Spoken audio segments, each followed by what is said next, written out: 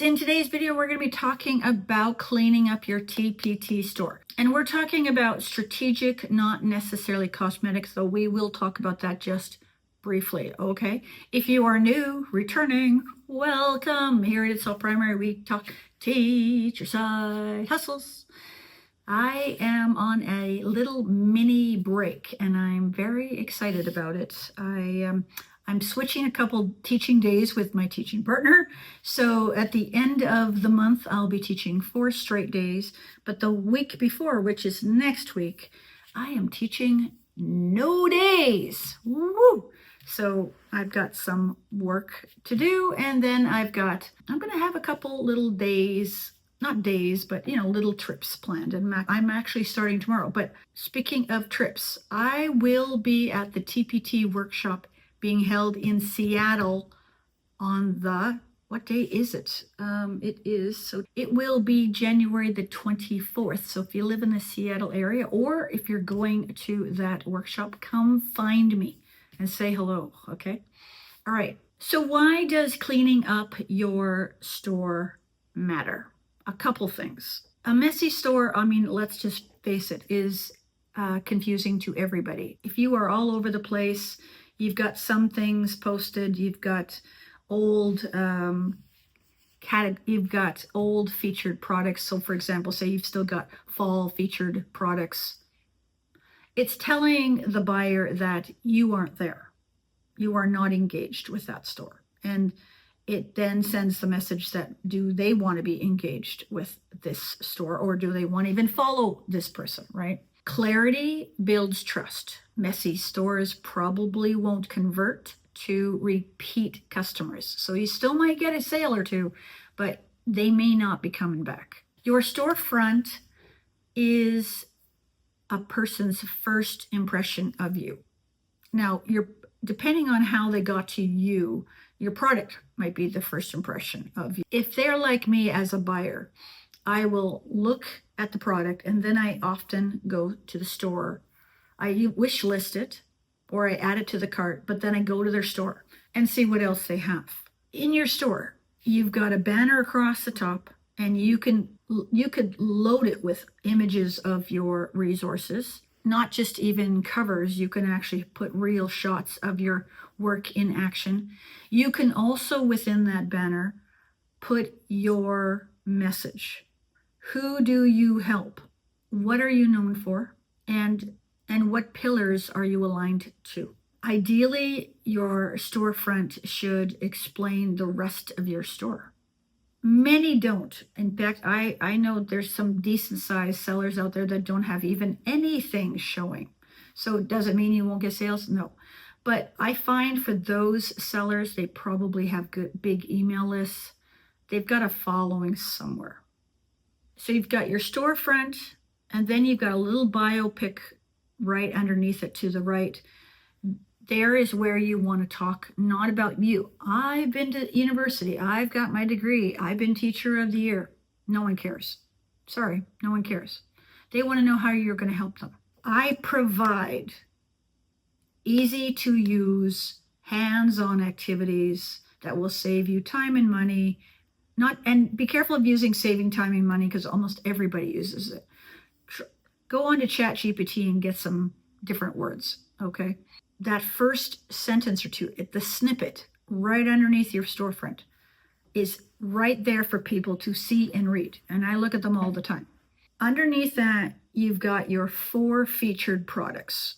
Pick products that are maybe trending at this time. So we are in January right now, middle of January. What's trending right now on TPT? Winter. Valentine's Day is already trending as we speak. Martin Luther King Day is trending right now. Winter resources are trending right now. So if you have any of those things, they should be in your featured resources. And I would recommend for this year, because we're doing experiments, right? Why don't you make a reminder to yourself that every month you are going to change your features? Change them every month. And if you don't have products to represent each month, then make some. Okay, we'll talk about that in the product creation video, but you want to be able to provide something for your people, your followers, so that they will buy again. And then quickly underneath your featured products to the left is a customs category column. You may word them any way you want, but make sure that they are in line with the pillars that you've decided upon. Even if you only have half a dozen on there, that's fine. I find people that have the entire column, and mine, I'm just glancing at mine. Mine are getting long. I can remove a couple of them. In fact, I already did remove a couple of them because I've been cleaning it up. I want to make sure that the products that I'm featuring and the products, or that the categories will contain, the products that will be in those categories will be in line with my pillars. Yeah. Okay. That's all I want to say about the storefront. By the way, if you go to my store, you will see that I have a little winter storefront banner.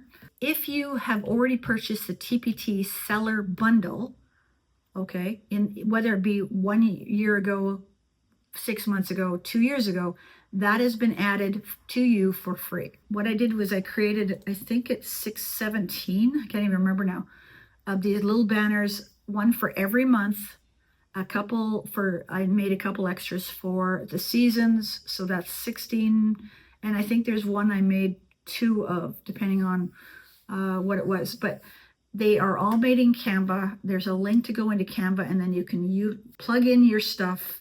You can change the fonts. You can do whatever you want with them. Those are available if you need them, okay? I'll have a link down below. Let's keep going. So now we're going to move on to your products. And I've talked about this before with old listings, so I'm just going to tweak this a bit. I'll put a card to the what to do with old listings video towards the end of this video, okay? If you can, print out a list of all your resources. You can do this a couple ways. So when you go to bearwoodlabs.com, you go to products and you scroll all the way to the bottom because there's 2 free products. And the very last one is called a TPT product overview. And you're going to click on that, and it's going to ask you for either your URL or your store name, whatever it is. Give it to them, and then they have all these different fields that you can click. So what you want is your ID number, the name of the product, the date that you uploaded it, the price. And then it'll print off as a CSV, and then you can just open it up on your computer. You can transfer it over to Google Sheets or Excel pretty easily, but I just open it up in the way it is, and then I move some stuff over. Why am I asking you to do that? I want you to highlight or write down, I want you to take some notes. I want you to find which products are going to fit those pillars that we talked about the previous week. And then I tend to have the product statistics open, and you're looking to see what's getting views and what's not getting views. Okay. Again, this is in the previous video. I want you to take a good look at your store, scroll down. In fact, look at your store on a phone and look at your covers. Do any need updating? If you haven't updated one in 4 or 5 years, you probably need to update it. I know I have a few. So after you scroll and look at your covers and jot down which ones you think should be updated, you're going to start looking at titles. If you have a Seller Spy account, find out if depending on which tier you're in, they have a title analyzer that you can put your title in. They can if you're on the first 5-6 pages, they can tell you where you rank. And then you can see how many characters your title actually is. And it's worth looking at. Even taking your top 10 products, I mean, if you're finding that you've got hundreds and hundreds of products, then you might want to go to your top 10, top 20 products that are getting views. They may not necessarily be the ones that are getting sales. Views, that's the potential. So by doing all this, we're not saying that the products that are not aligned with your pillar are bad or anything like that. What we're trying to do for this year is we're trying to focus in on getting you to look like an expert in certain subjects or grades or whatever you chose, and draw an audience to those. That's our goal. Okay. This is not something that's going to happen all in January or February. This takes time. This is why it's a year goal. Somebody made a comment about a week ago that said this could take years. Absolutely, it can take years. Absolutely. Why not start it in 2026? Right? Yeah. So you're using your pillars as a filter. So you might want to archive some products. If you have products that have had no views, no sales for at least a year, you might want to archive them for now if they're not part of those pillars. Or we tweak them, or we change the title, or right? Let's try and put a little CPR on them. So what's your homework?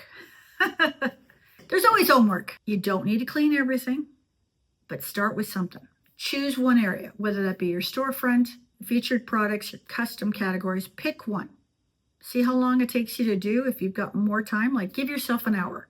What can you get done in 1 hour? Remember, it's progress over perfection. Get a printout of all your products. If you've got more than 200 to 300 products, you might not want to do that, or just at least get them on a document that you can look at, but maybe filter them based on views and sales, and start with your top 10 to 20 and how you can tweak those ones and how do they align to your pillars for this year. Next week's video is going to be an interesting one. What we're going to do is we're going to talk about pricing, and we're going to talk about pricing tiers. This is something I'm working through right now. I've been doing it now since December, so I'm just a little bit ahead of you, but it's been really interesting, and I think it's why my sales are up. Can't say 100%. We'll have to see how February does, but January sales so far are up. So we're going to talk about pricing tiers, product connections, and maybe buyer flow. Maybe. We'll see. Okay. So wherever you are in the world, I hope you and your family are staying safe, being healthy, and we'll catch you in that video or the playlist. See ya.